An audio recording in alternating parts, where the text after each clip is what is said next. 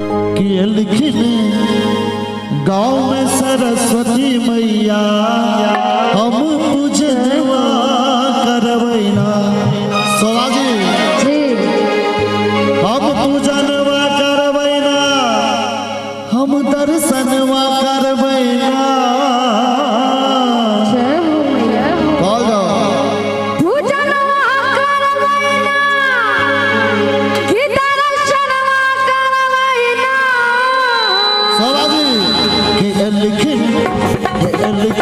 सरस्वती मैया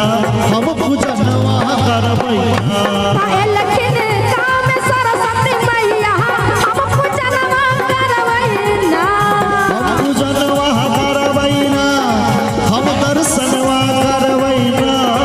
हम पूजनवा करवैना कि दर्शनवा करवैना बजे ढोलक झल हारमोनिया माँ के कीर्तनवा करवैना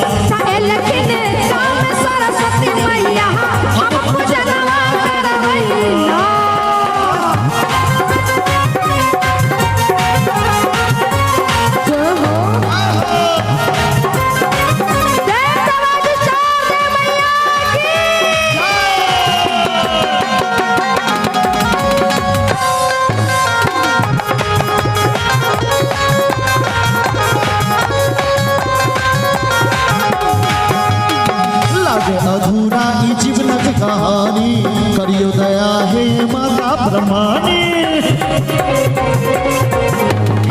लागे अधूरा ही जीवन कहानी करियो दया है माता ब्रह्मानी हम पूजनवा करवैना हम दर्शनवा करवैना हम पूजनवा करवैना कि दर्शनवा करवैना गाँव में सरस्वती मैया हम पूजनवा करवैना गाँव में सरस्वती मैया हम पूजनवा करवैना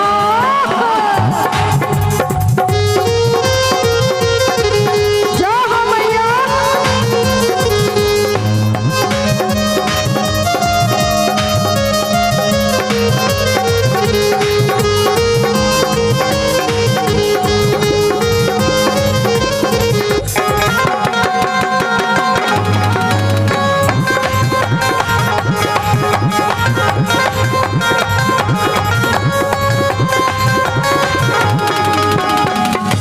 पर सातों मासुर के सजलिए सृष्टि का ही मासुर में बन लिए बिना पे सातों मासुर के सजलिए सृष्टि के ही मासुर में बन लिए हम पूजनवा करवैना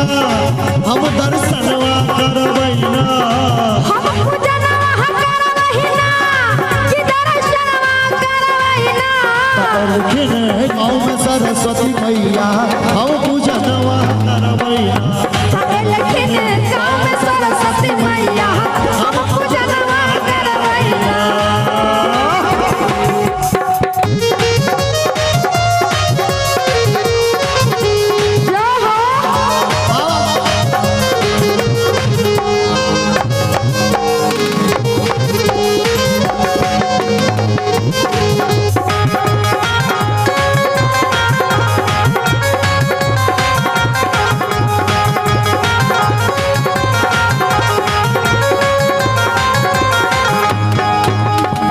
अही कृपा समाधि पक लिखैया